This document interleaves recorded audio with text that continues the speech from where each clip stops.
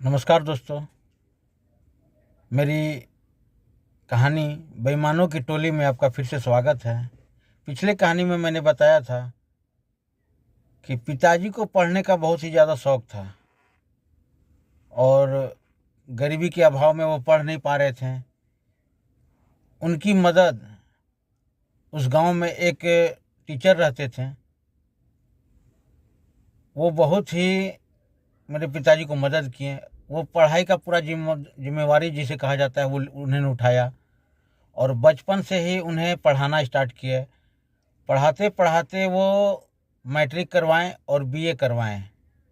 BA पास करने के बाद गांव में रोजगार का तो कोई सुविधा था नहीं, तो उस शिक्षक ने कहा कि बेटा तुम यहाँ से गांव छोड़ के कहीं बाहर चल जाओ और बाहर जाने पर ही तुम्हारा कुछ हो सकता है, इस गांव में तुम्हें कुछ नहीं हो सकता है।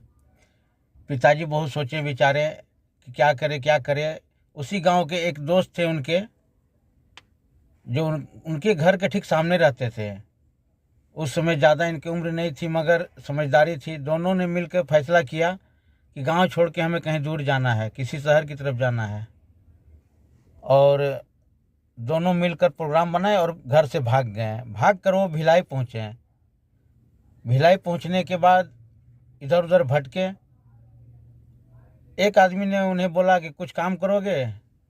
उस समय वहाँ भिलाई स्टील प्लांट काम चल रहा था, उसमें ठेकेदारी के रूप में इन्हें और वर्कर के रूप में, लेबर के रूप में ईंटा ढोने के लिए, लोहा ढोने के लिए रखा गया। मेरे पिताजी के शरीर में मांस जिसे कहा जाता है पतला दुबला थे, एकदम कमज़ोर थे। और वो काम करने लगे।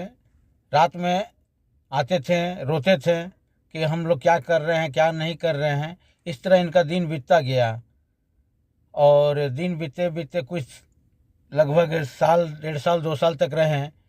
और इनका एक आदत थी कि पॉकेट में हरदम एक पेन रखा करते थे। पढ़े लिखे थे, काम करते वक्त भी पॉकेट में एक पेन रखा करते थे। और कंपनी का एक सुपरवाइज़र, कंपनी का सुपरवाइज़र कहें या उस समय कोई कंपनी का साहब ही होंगे,